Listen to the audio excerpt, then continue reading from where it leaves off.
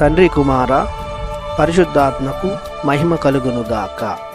ఈనాటి జీవవాక్యం. మీ తండ్రి వలె మీరును కనికరము గలవారయ్యుండు. లూకా శుభవార్త 6వ అధ్యాయము 36వ వచనము. ప్రియ దేవుని బిడ్డలారా, సహోదరి సహోదరులారా, ప్రభు అయిన దేవుడు మేము తన కృపతో నింపునుగాక.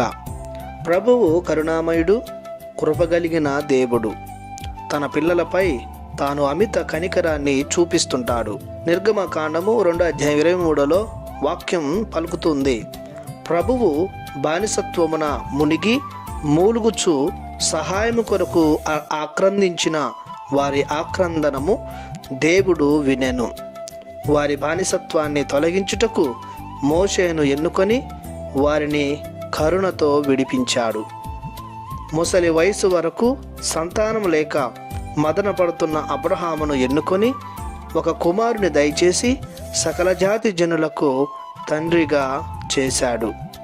ఎడారిలో వాగ్దాన ప్రాంతానికి బయలుదేరిన ఇశ్రాయేలు ప్రజలను వారి ఆకలి నుండి, దాహం నుండి, విషసర్పాల నుండి, సముద్ర గర్భం నుండి, చీకటి నుండి, ఎండ పొడము నుండి, శత్రువుల నుండి ఎంతో దయతో కరుణతో వారిని గట్టెక్కించాడు. బానిసత్వంలో తల్లడిల్లిన వారిని పాలు తేనెలు జాలువారు కానాను ప్రాంతంలో ప్రవేశపెట్టాడు. అంతేకాదు, తన మాటలను విధేయించక తన ఆజ్ఞలను మీరి తనకు దూరం అయ్యి పాపములో మరణ ముళ్ళులో చిక్కుకుపోయిన తన బిడ్డలను రక్షించుటకు కడుపు తీపితో తన ఏకైక కుమారుని ఈ లోకానికి పంపించాడు. యేసుక్రీస్తు ప్రభు తండ్రి దేవుని కనికరానికి నిలువెత్తు సాక్షిగా నిలిచాడు.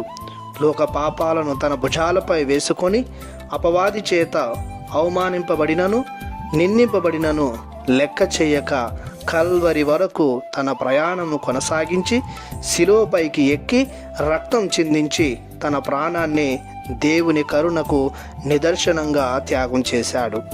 ఆ ప్రభుని కనికరాన్ని పొందుకునే మనం కూడా ప్రభుని పోలి మనం మన తోటి వారి పట్ల కరుణతో, కృపతో, ప్రేమతో వర్తించాలని ఈనాటి జీవవాక్యం ద్వారా ప్రభువు మనకు తెలియజేస్తున్నాడు. ప్రార్థించుదాము. కృపా సత్య సంపూర్ణుడవైన మా దేవ, మీకు మా వందనం, మీకు మా స్తోత్రం.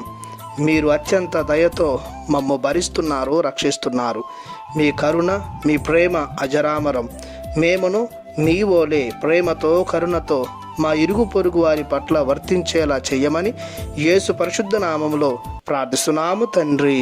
ఆమెన్. దేవుడు మిమ్ము దీవించునుగాక. ఆమెన్.